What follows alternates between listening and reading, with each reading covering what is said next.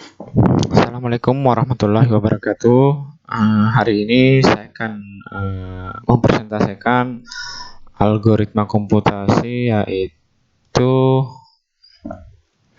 algoritma backtracking and queue problem. Untuk pengantarnya, apa itu backtracking?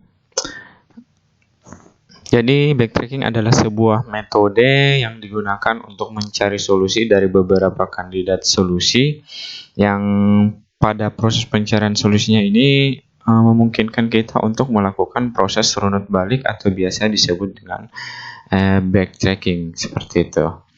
Terus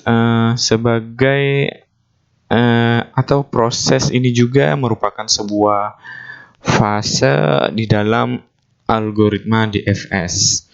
Algoritma backtracking ini juga menggunakan metode untuk mencoba beberapa sequence keputusan. Sequence keputusan ini adalah solusinya.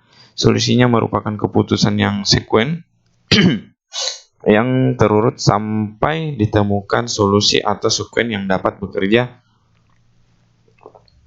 memenuhi constraint atau syarat atau batasan yang sudah ditetapkan.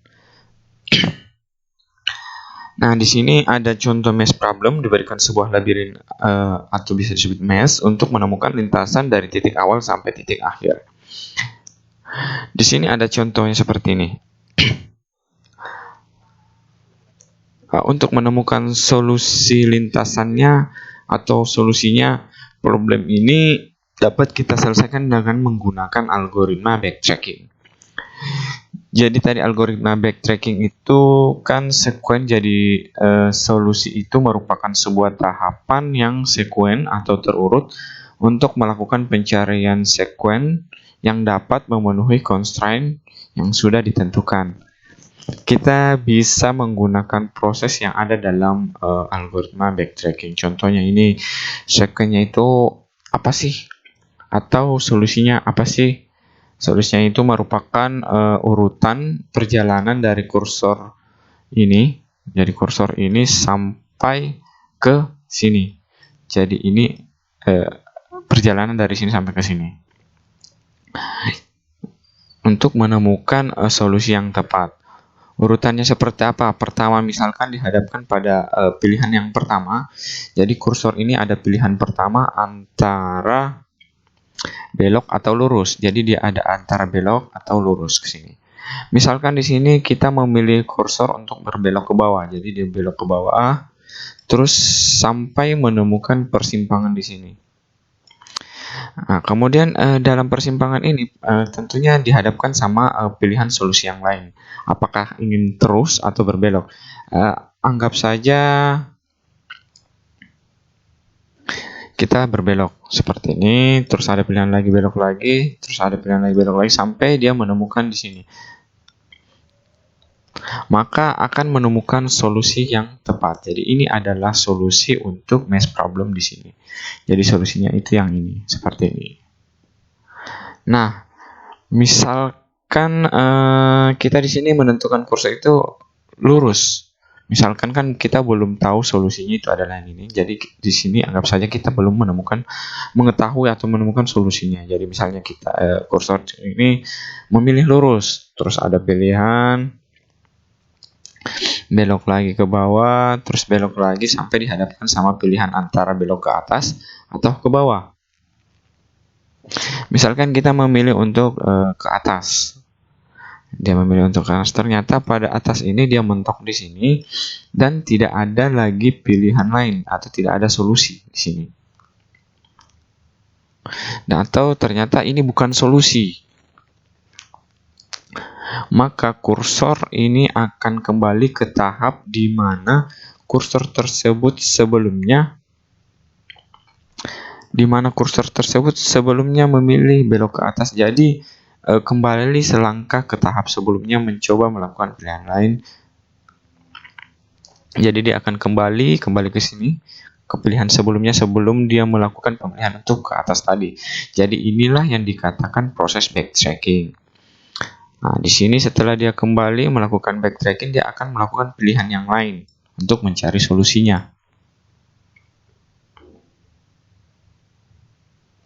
Nah, backtrackingnya itu ketika langkah kursor berhenti dan tidak ditemukan solusi atau tidak memenuhi constraint, maka akan kembali ke tahap sebelumnya ketika kursor belum memutuskan untuk belok ke atas. Jadi backtrackingnya itu ketika di sini mentok, tidak ada solusi, dia akan kembali untuk mencari solusi yang lain, dan begitu seterusnya untuk menemukan solusi yang tepat. Nah, jadi tadi itu yang sudah dijelaskan adalah masalah labirin untuk mencari jalan atau solusi penelusuran labirin. Goals-nya itu yang pertama, goal yang ingin dicapai adalah mencari rute untuk menuju jalan keluar. Ini adalah jalan keluarnya. Untuk menentukan ini adalah jalan keluarnya, rutenya seperti apa atau bagaimana, rute belok kiri, rutenya ada 3, belok kiri atau belok ke bawah atau maju terus atau belok ke kanan atau belok ke atas. Rute tersebut merupakan sequence dari 3 pilihan solusi yang dipilih. Jadi bisa maju terus, belok kiri atau ke atas, belok kanan atau ke bawah, belok ke bawah. Tiap pilihan mengarah ke sekumpulan pilihan lain. Pilihan ini adalah pilihannya, jadi sequence-nya terdiri dari beberapa urutan, di mana urutan itu adalah ini tadi belok kiri.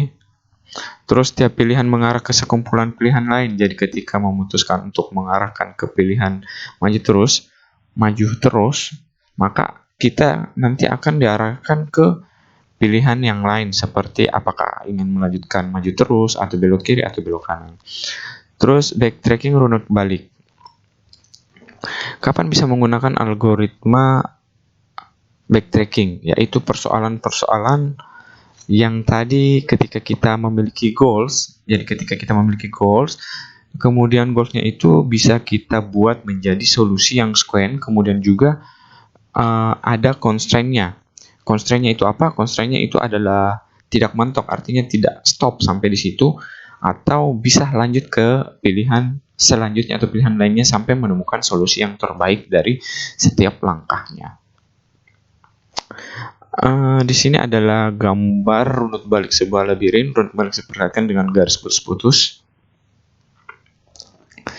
Runut baliknya atau backtrackingnya ini garis putus-putus ketika dia memutuskan untuk belok ke atas atau ke kiri atau ke bawah, kemudian ada tahapan di mana tidak memenuhi constraint, maka akan kembali ke tahap sebelumnya, itu adalah disebut backtracking. Jadi ketika dia berbelok ke bawah, terus kemudian di sini mentok, maka dia akan melakukan proses backtracking ke langkah sebelumnya untuk melakukan pilihan yang lain, seperti itu.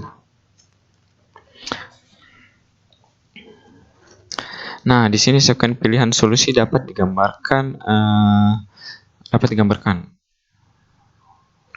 sebagai berikut. Persoalan seperti apa yang kita gunakan untuk mencari solusi dengan menggunakan metode backtracking. Simple down merupakan titik backtrack atau simple goal. Jadi ini merupakan titik-titik backtrack dan simple goal. Jadi goalnya yang ini.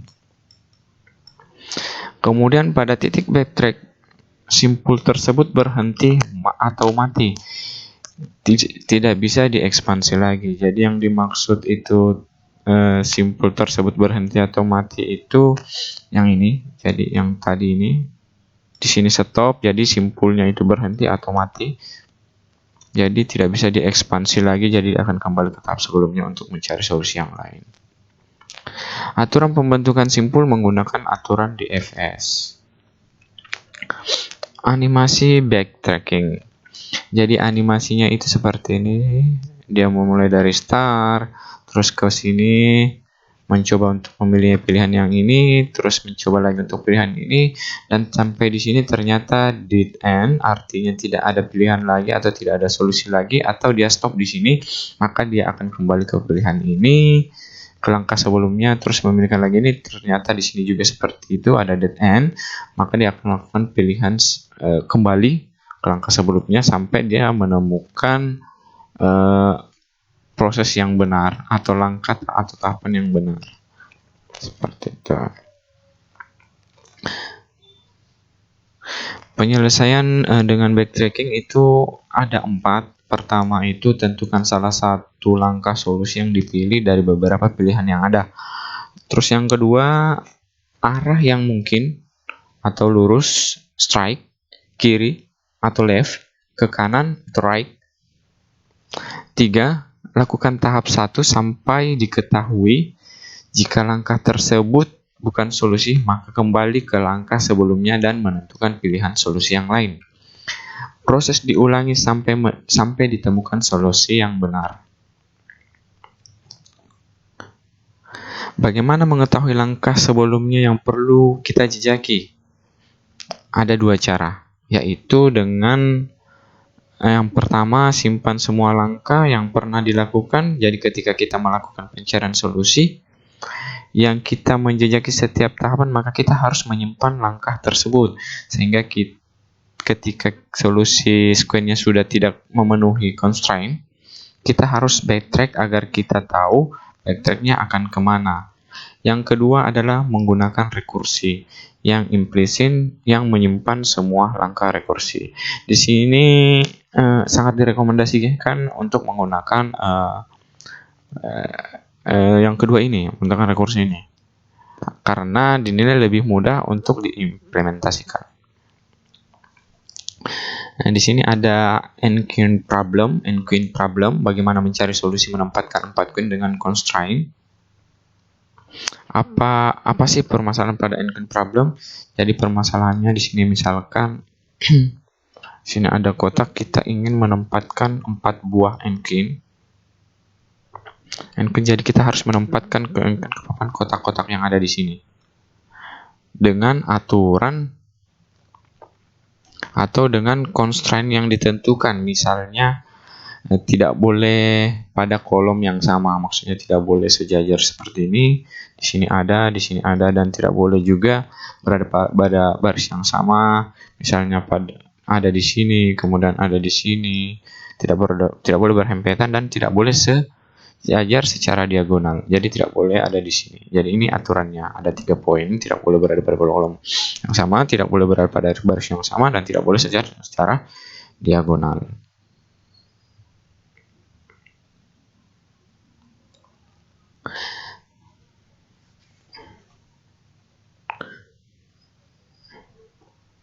Nah, jadi solusi yang mungkin.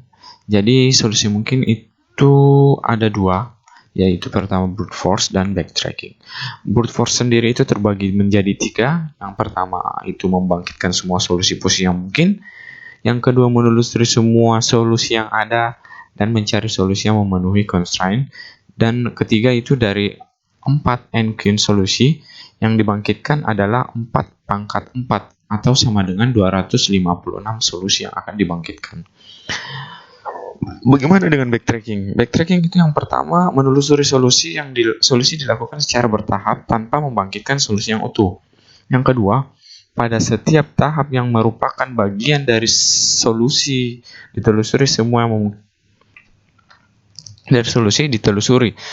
yang mungkin dan memenuhi constraint. Yang ketiga, jika pada suatu tahap dari sebuah solusi diketahui tidak menemukan pilihan yang sesuai constraint, maka akan kembali ke tahap sebelumnya untuk mencoba pilihan atau solusi yang lain. Yang keempat, proses ketiga ini tadi diulang sampai ditemukannya solusi yang tepat atau yang benar atau yang baik atau yang cocok. Nah, di sini brute force n-queen. Jadi di sini tahap awalnya itu kosong. Dia akan membangkitkan, pertama brute force kita harus membangkitkan semua solusi. Nah, dari kotak pertama ini ketika kita punya 4 queen, kita ingin menempatkan yang memenuhi constraint. Solusi yang mungkin kita bangkitkan semua. Dari queen 1 di sini dan dari queen 1 di sini kita taruh di sini, bangkitkan, kemudian bangkitkan di sini, terus bangkitkan lagi di bawahnya, jadi bangkitkan lagi. Jadi semua dibangkitkan. Terus kemudian yang ke sini dibangkitkan lagi di sini. Di sini, maaf tadi salah, di sini, kemudian di sini, kemudian di sini. Semua dibangkitkan sampai menemukan solusi. Jadi ada 48 kemungkinan yang gagal. Di sini ada 64. Nah, ini semua dibangkitkan. Jadi kalau queen-nya ada 4, maka ada total 256 langkah yang dibangkitkan. Kalau 8 ada sekian, terus kalau 64 ada sekian. Jadi banyak solusi yang harus kita bangkitkan, atau banyak solusi yang harus dibangkitkan. Jadi semua harus ditelusuri dengan menggunakan algoritma brute force. Apakah solusinya akan ditemukan? Ya, solusinya pasti akan ditemukan. Dari sini setelah dibangkitkan, maka kita akan lihat satu persatu yang mana menjadi solusi, atau yang mana yang memenuhi constraint. Bagaimana dengan backtracking? Backtracking itu sama tadi. Di sini kita mulai dari kosong. Algoritma tidak perlu. Jadi algoritma backtracking itu tidak perlu membangkitkan semua solusi. Jadi tahap pertamanya itu kita mencoba menetapkan di sini. Untuk tahap pertama, terus lanjut ke tahap keduanya kita taruh di sini. Ternyata dia tidak memenuhi constraint. Atau sejajar, maka kita pindahkan ke bawah. Ke bawah sini ternyata masih belum karena secara diagonal dia tidak memenuhi constraint. Kemudian di sini, dia sudah memenuhi constraint secara kolom, baris, dan diagonal. Kemudian lanjut ke bagian sebelahnya. Sebelahnya ini apakah dia memenuhi constraint? Tidak, karena dia ada yang sejajar. Kemudian pindah ke bawah, apakah memenuhi constraint? Ini juga tidak, karena dia ada secara diagonal. Terus kemudian pindah ke sini, apakah memenuhi constraint? Tidak, ternyata karena baris. Kemudian pindah lagi, apakah dia memenuhi constraint? Ternyata di sini juga tidak memenuhi constraint karena secara diagonal. Kemudian jika tidak ada yang memenuhi constraint di sini, tidak ada solusi di sini, maka dia akan kembali ke tahap ini. Tahap ini langkah selanjutnya dia akan memindahkan kan tadi ke atas sudah, jadi dia akan memindahkan ke bawah. Nah, seperti ini. Kemudian ke bawah, kemudian mulai dari satu lagi tidak memenuhi, kemudian kedua ini ternyata kedua ini yang memenuhi constraint. Kemudian setelah itu lanjut lagi ke bagian 4, pindah ke sini. Ke sini itu tidak memenuhi, kemudian ini tidak memenuhi, kemudian ini juga tidak memenuhi, kemudian ini juga tidak memenuhi. Kemudian pindah lagi ke langkah sebelumnya, pindah ke bawah sini sampai menemukan constraint yang tepat atau solusi yang tepat. Di sini ada 13 constraint yang impossible, maksudnya irreversible solution. Jadi itu tadi proses untuk backtracking dan brute force. Terus solusi permasalahan dinyatakan dalam bentuk vektor. Tadi vektor, tadi dia merupakan dia merupakan masalah atau solusi yang square. Square itu bisa dikatakan dalam bentuk vektor. Ini adalah sebuah solusi.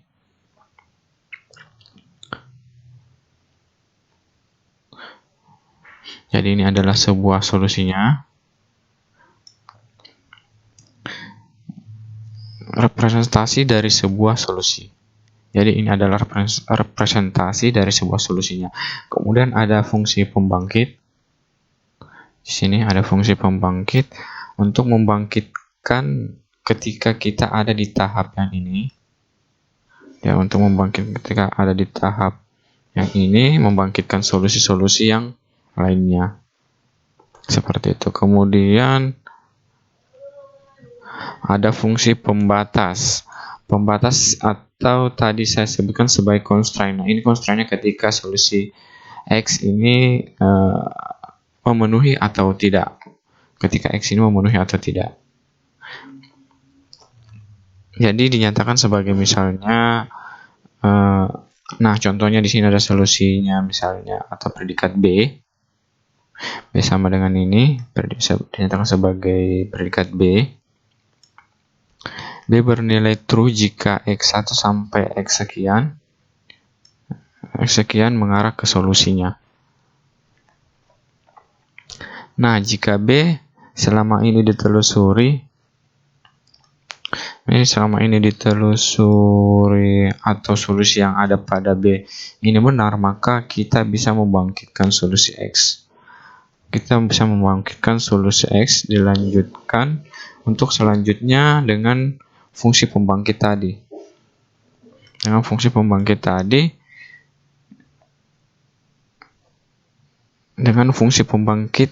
Maksudnya dengan fungsi pembangkit tadi.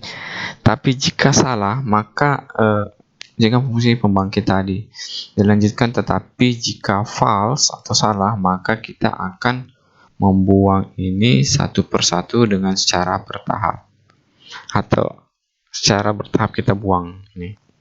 Oke, lanjut. Nqueen selanjutnya ini adalah potongan program untuk mengimplementasikan algoritma backtracking untuk mencari solusi permasalahan Nqueen ini. Secara umum di sini diimplementasikan metode rekursif. Jadi secara umum di sini diimplementasikan metode rekursif untuk backtracking. Jadi di sini dengan backtracking menggunakan metode rekursif. Tentukan goals yang dicapai.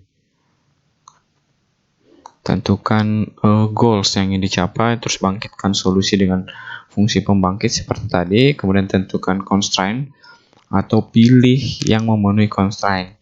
Kemudian jika solusi tidak memenuhi constraint, lakukan proses backtrack untuk menemukan solusi yang tepat.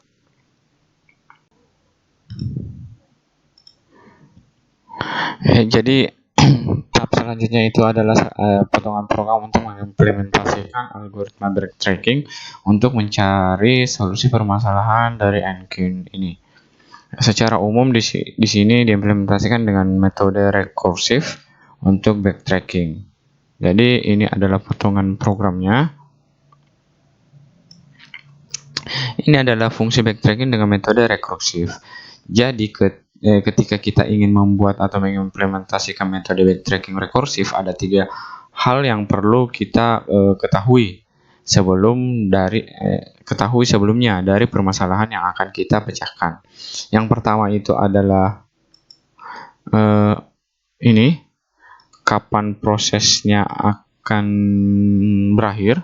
Jadi kapan proses itu berakhir. Jadi akhirnya kapan pencarian solusi itu berakhir, mau solusinya itu ditemukan atau tidak ditemukan, pasti dia harus berakhir atau harus berhenti. Jadi maupun ditemukan atau tidak ditemukan solusinya, nanti programnya itu harus berakhir. Yang kedua adalah sequence solusinya itu apa saja. Jadi apa saja solusi yang ada. Jadi fungsi membangkitkan solusi yang sudah dijelaskan tadi. Yang ketiga itu ini constraint-nya apa? Constraint-nya itu apa? Jadi contohnya masalahnya itu Nqueen 4. Jadi ini constraint-nya apa? Nqueen 4. Kapan proses akan berakhir? Akan ditelusuri penempatan Nqueen ini dari kolom pertama untuk setiap barisnya. Jadi untuk kolom pertama ditelusuri dari kolom pertama untuk setiap barisnya sampai ke tahap selanjutnya. Solusinya itu adalah nanti solusi sequence dari baris setiap kolom itu. Jadi misalkan kolomnya 0, maka menggunakan array yang menggunakan indeksnya dari 0. Jadi indeksnya dari 0. Kemudian solusinya adalah yang di sini seperti gambar, solusinya adalah ini. Kita bisa lihat 2, karena ini 0, ini 1, ini 2, ini 3. Jadi ini 0, 2, 0, 3, 1 seperti itu. Nah, nanti di sini kita akan membangkitkan satu persatu dari solusi itu. Kapan ini akan berakhir? Ketika program telah menelusuri ke kolom dari menelusuri kolom yang ke kolom keempat, dari kolom sini sampai kolom keempat. Maka program akan berakhir. Jadi akan berakhir ketika kolom yang ditelusuri sama dengan A. Jadi kolom yang ditelusuri itu sama dengan A. Apa itu A? A adalah jumlah n-queen, jadi jumlah n-queen itu adalah 4. Ini adalah 4, atau 4 kali 4 bisa juga n-nya itu 8 atau 8 kali 8. Jadi di sini menggunakan A. Jadi ketika n-nya 4 dan ketika kolomnya sama dengan 4, maka program akan berhenti. Itu adalah proses dari berakhirnya rekursif program ini. Selanjutnya, apa saja solusi yang ada? Solusi yang ada dibangkitkan dengan fungsi pembangkit. Pembangkit adalah solusi 0 sampai 4. Jadi pembangkitnya adalah solusi 0 sampai 4. Akan dibangkitkan menggunakan for pada program ini. Jadi akan dibangkitkan menggunakan for pada program ini. Kemudian constraint-nya apa? Constraint itu apakah setiap solusi yang ada itu memenuhi constraint atau tidak. Constraint-nya tadi kalau misalkan sejajar, tidak boleh sebaris, secara diagonal tidak boleh. Jadi sebuah fungsi yang memeriksa apakah memenuhi constraint atau tidak. Jadi seperti ini, sebuah fungsinya apakah memenuhi constraint atau tidak. Kalau memenuhi constraint maka dia adalah solusinya. Kalau memenuhi constraint maka dia adalah solusinya. Ini. Kemudian akan maju ke kolom selanjutnya. Jika kolom selanjutnya bernilai true, maka akhirnya akan bernilai true. Seperti itu. Kemudian sebaliknya, jika dia akan melakukan backtracking, proses backtrackingnya itu adalah dengan melakukan proses pub dari solusi yang ada. Di sini solusinya disimpan dalam bentuk stack. Karena untuk mempermudah melakukan backtracking. Karena akan mengambil hasil yang terakhir yang disimpan untuk proses backtracking tersebut. Jadi itu yang saya jelaskan untuk backtracking n-kin problem. Ada 3 yang perlu diperhatikan, yaitu kapan proses berakhir, apa saja yang ada, terus constraint seperti apa. Jadi untuk hari ini seperti itu yang saya bisa jelaskan. Sekian dan terima kasih, dan assalamualaikum warahmatullahi wabarakatuh.